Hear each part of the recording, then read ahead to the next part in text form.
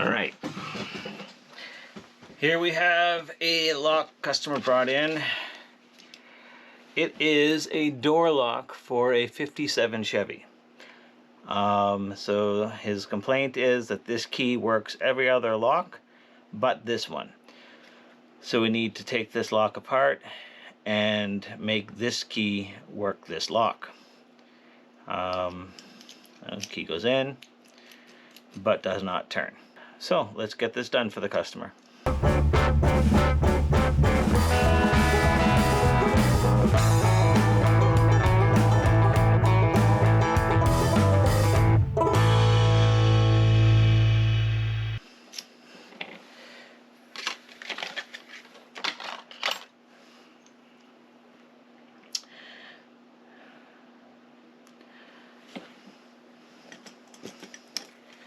So it's a different lock. It holds together differently.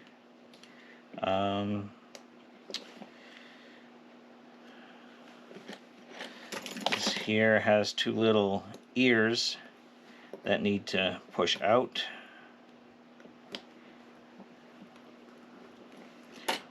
To allow this tailpiece to come off.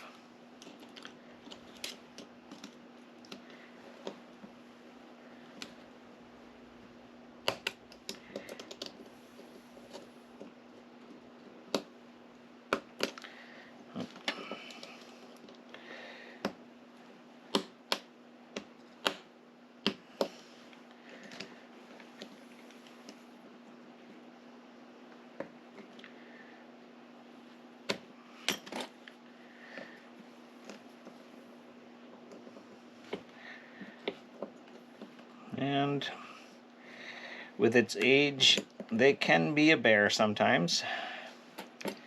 And you just have to stay calm and find the right combination of tools sometimes that will allow you to pop it off. It started to come with the screwdriver before, but it wasn't quite long enough, so let's try a little bit longer screwdriver. See if we can pop that.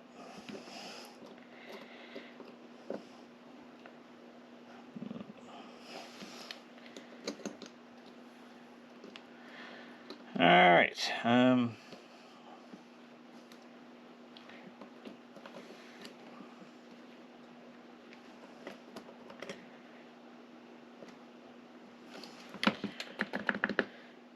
we'll be back when I get this off. Okay, so I was able to break it loose using this push on it, popped it.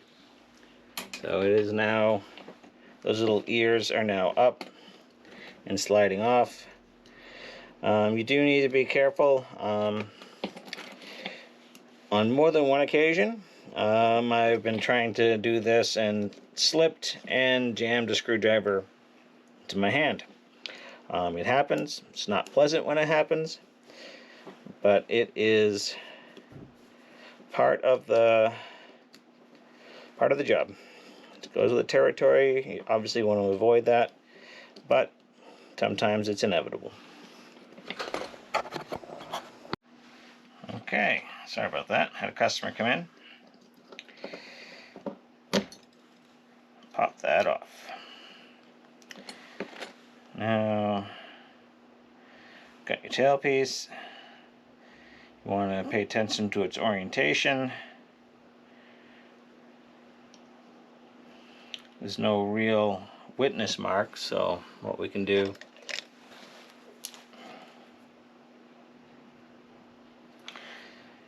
is just use a Sharpie, give it a little tick mark so that you know where it goes. Because when you're working on this, you'll spin it around and do this, and now it's like, okay, which way did it go? So now you got the little tick mark and you're able to reorientate it correctly. Now this cap here has been replaced once before, so it only has these 4 little tabs, so we have to bend those up to slide this cover off.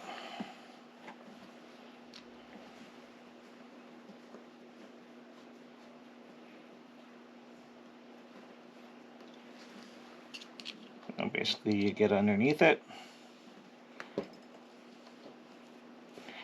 and just give it a little twist, wiggle, and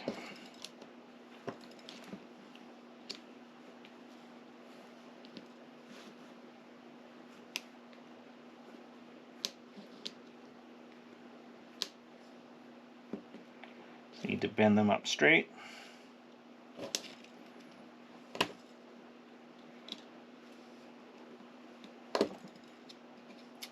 So this lock here, said it's out of a 57 Chevy, so things are,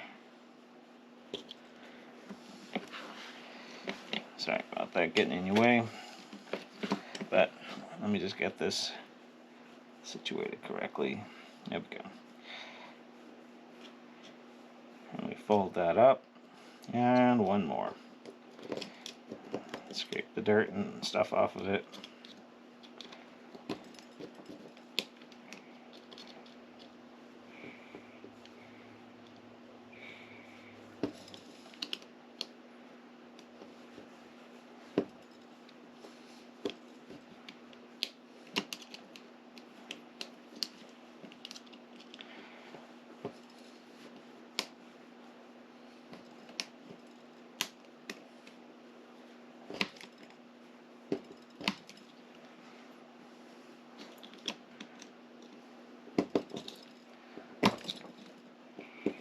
Has the old gasket material on it. It's kind of in the way. Gotta pop that off, get it out of the way.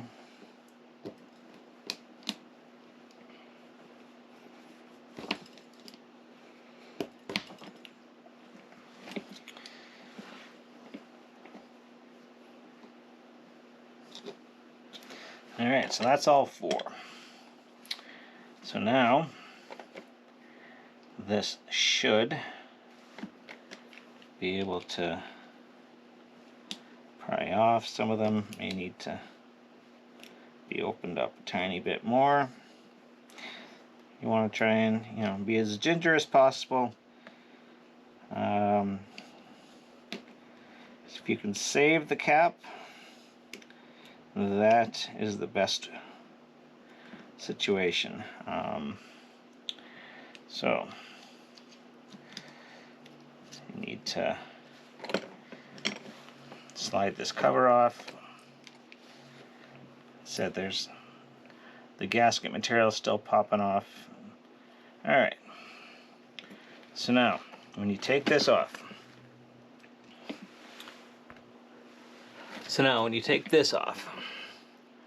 you have your cover. Then you have your dust shield.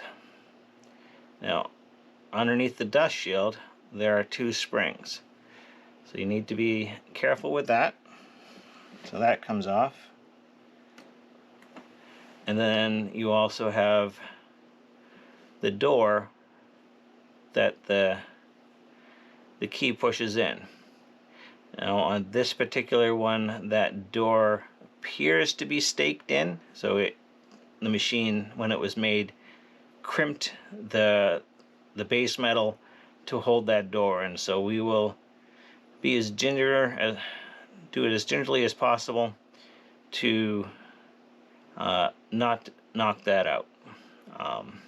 Sometimes those will come out as well. So this can only go in one way, so we don't need to worry about its orientation like we did the tailpiece. Alright, now, so this has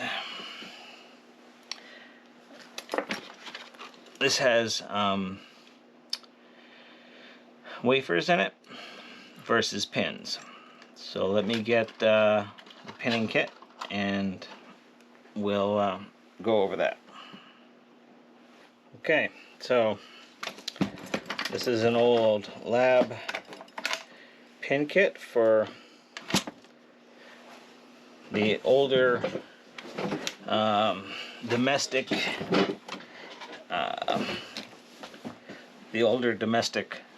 cars. This one here has been picked pretty clean, but we should still be able to get by. So we need to take this top cover off. Now this is staked in, so you want to try and gingerly remove this. You definitely don't want to tear the cover and break the ends off in the lock, if at all possible. So you just take your time, and sometimes even all your best efforts, you still have it break.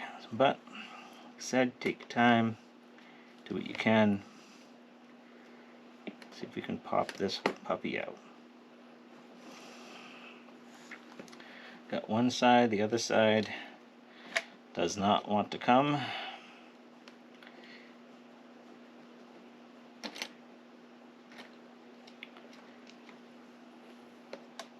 And there it goes. Okay, I was successful. So this pops out. Oh, has not given up the ghost yet. Alright. And that's it. Okay, so we were able to get this cover out. See, it has these two legs on it. Those go down inside the little slots, and then the lock body is staked. So you basically, with a punch, you can bend the very edge of the metal, which will then bind those legs in when you go to remove it. That's why it can break. So we want to remove the springs, and then we will take customer's key. Like I said, this door is staked on, just reconfirming. Yep, it is. So this is a GM sidebar. So right here there's a little sidebar. There are these wafers in there, and you see how it has a little groove in it. So this sidebar has a point in it, and when you have the right key, kind of like when you have the right key, like the other locks I was showing you, where it has the shear line, when you have all the V's lined up, then it allows this sidebar to go in flush with the cylinder, and then then will allow the cylinder to turn. So you need to combine this lock to this key.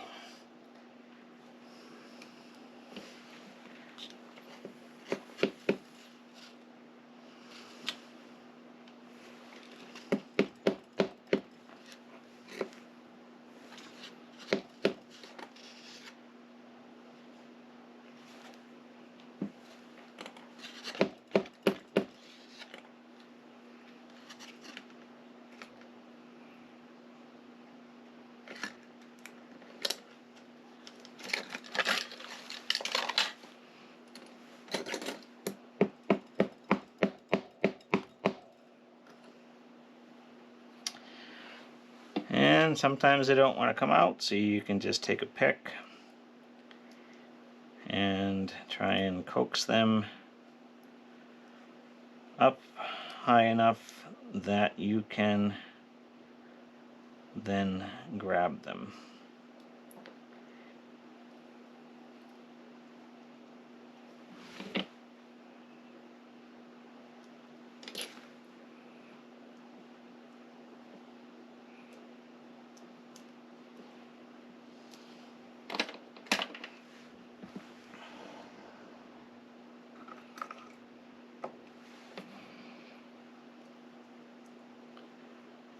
So there are 6 of them. I have 4 of them out. There are 2 still in the cylinder. So I will be back when I get those out.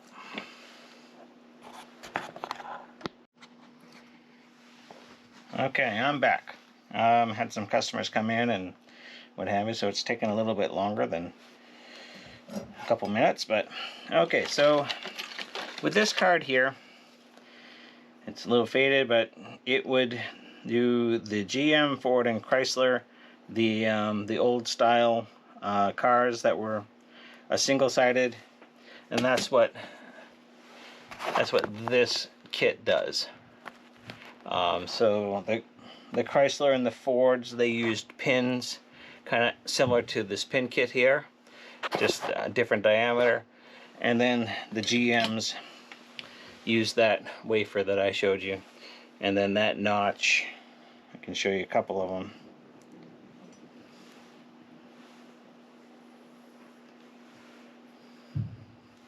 Depending on the cut on the key, the notch is in different places on the wafer, and that's what lines up when the correct key is installed and allows this sidebar. You can see, since there's no wafers in it, it's now flush with the outside, and this would allow that to turn.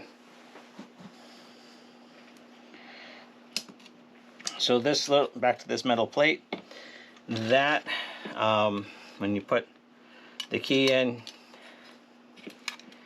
to the corresponding manufacturer, it slides down to the corresponding manufacturer. It slides down and will tell you what the cuts are, so that you can then put the correct wafer in the correct chamber. So let's get that situated.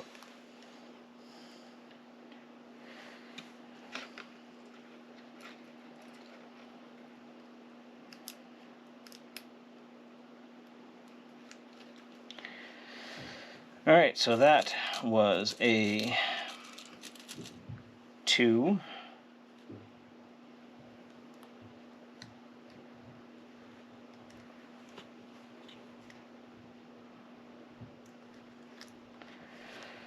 One.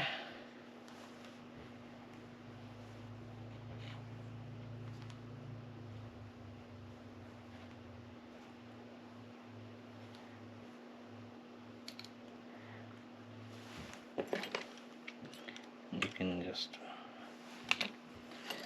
push these down to the key, and you can see that the sidebar is in, so it's a double check to make sure that you have the right cuts.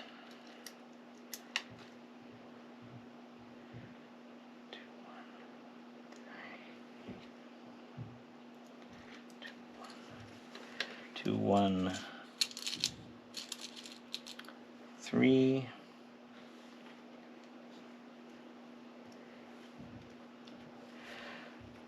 1, 1, 2 is what the cuts were saying that they were.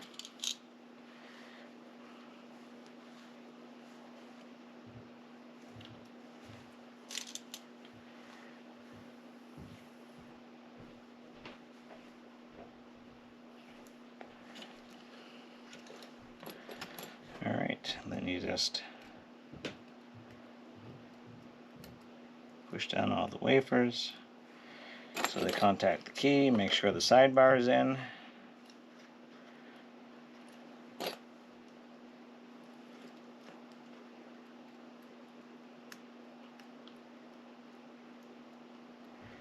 Alright, there we go.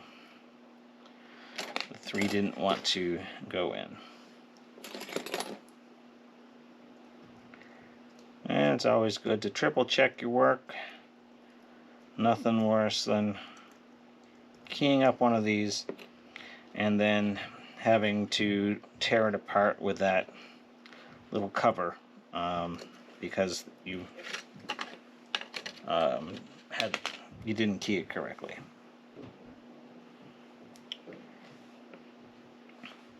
Alright, so once you pull the key out, you push all the wafers down to the bottom, and then you can see that sidebar is pushed out. So now if it was in the housing, it won't turn.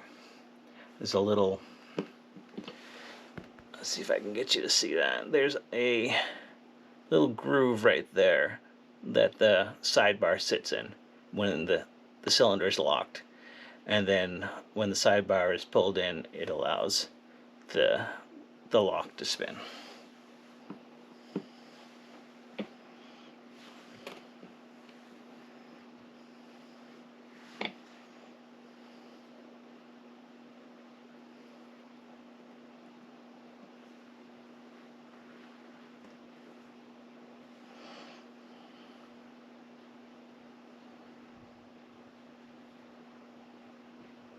Okay, so that little door did slide off, but slid back on fairly easily. Now,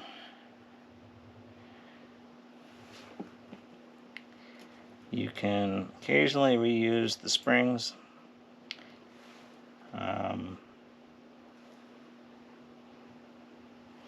If you didn't destroy it like that one when you were taking it apart.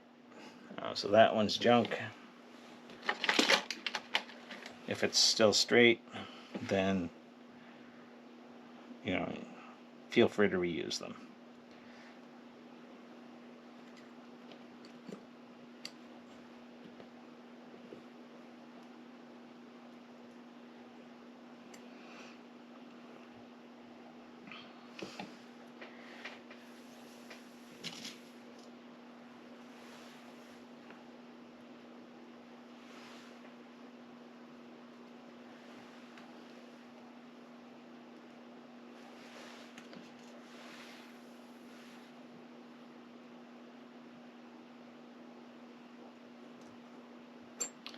Okay, then you take your new cover,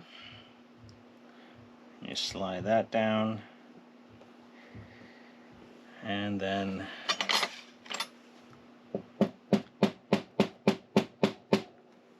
light taps with a mallet.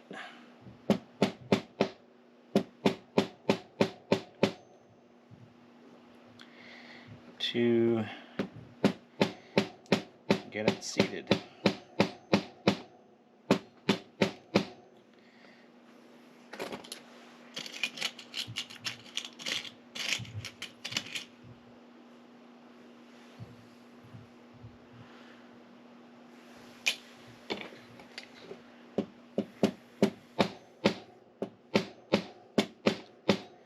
Alright, so that's in.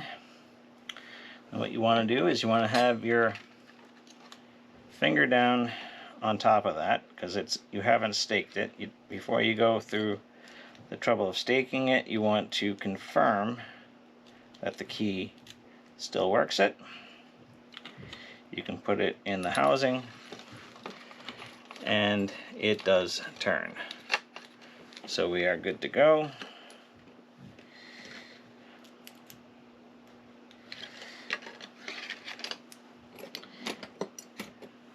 If you are able to save the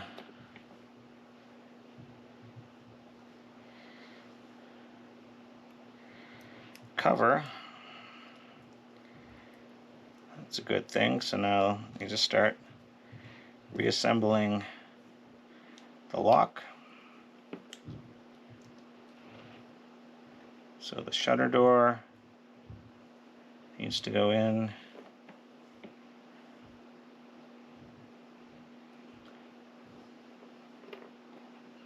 It's got two little springs that sit in two little pockets. The door's trying to come off again.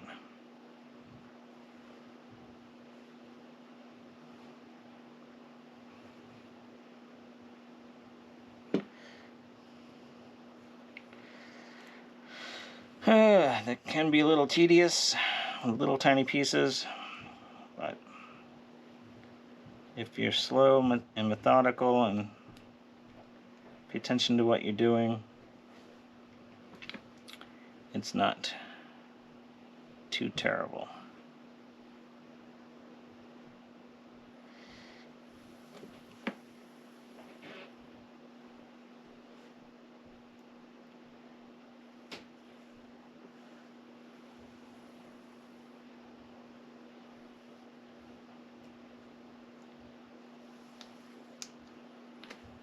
Alright, so that's that. And then this goes into the housing, like so. And then your cover goes on,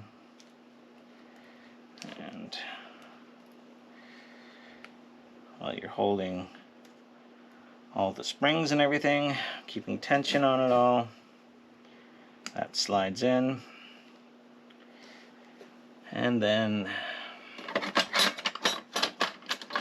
you can either take and push them over with a screwdriver, or if you have the tool,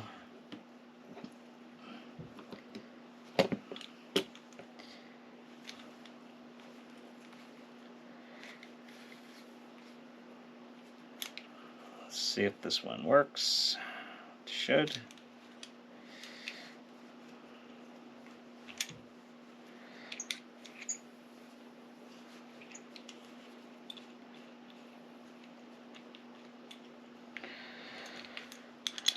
Forgive me, it's been a little while since I used this. I don't get much call for these vehicles anymore. So you bring it in, and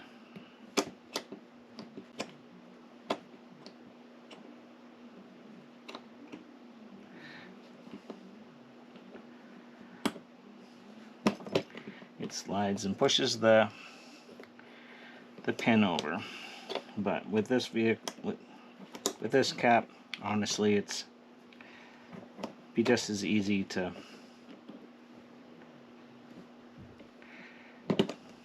do it by hand. But since I have the tool out, I will continue to utilize it. But I will finish it by hand, just to make sure everything's down firm. So you can see it's bending them back over from being straight up and down. So you had to bend them straight to get it off, and now you bend them back down to hold it back on. So you can just take,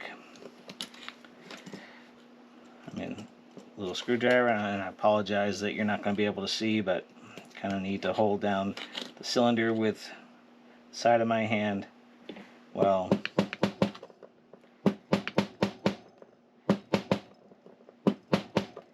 I bend those back over. And there's 4 of them.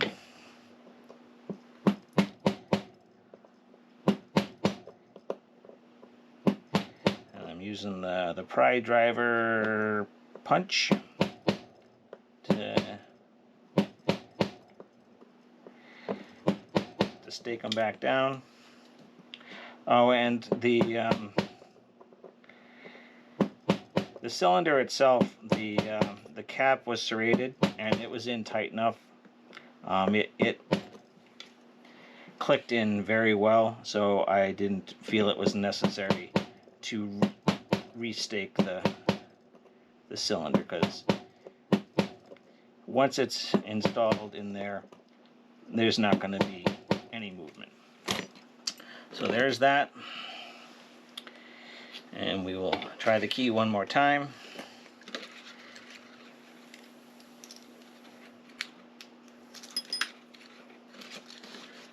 And it works. So now we take our tailpiece that we marked. So we have those, and then we take our clip, and that just gets pushed back down on, and It's a fairly stiff steel. Definitely not like modern vehicles. So we'll get that started.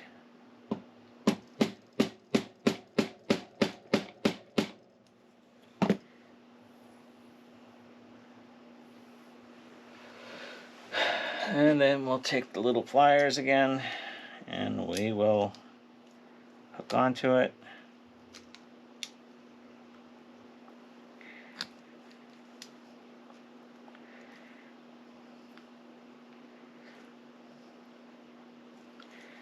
Get it pushed down.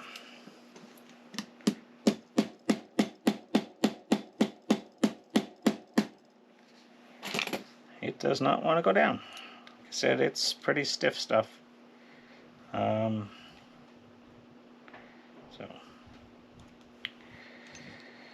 I'll fight with this, but that's basically how you rebuild and rekey a '57 Chevy door lock. Thanks for watching.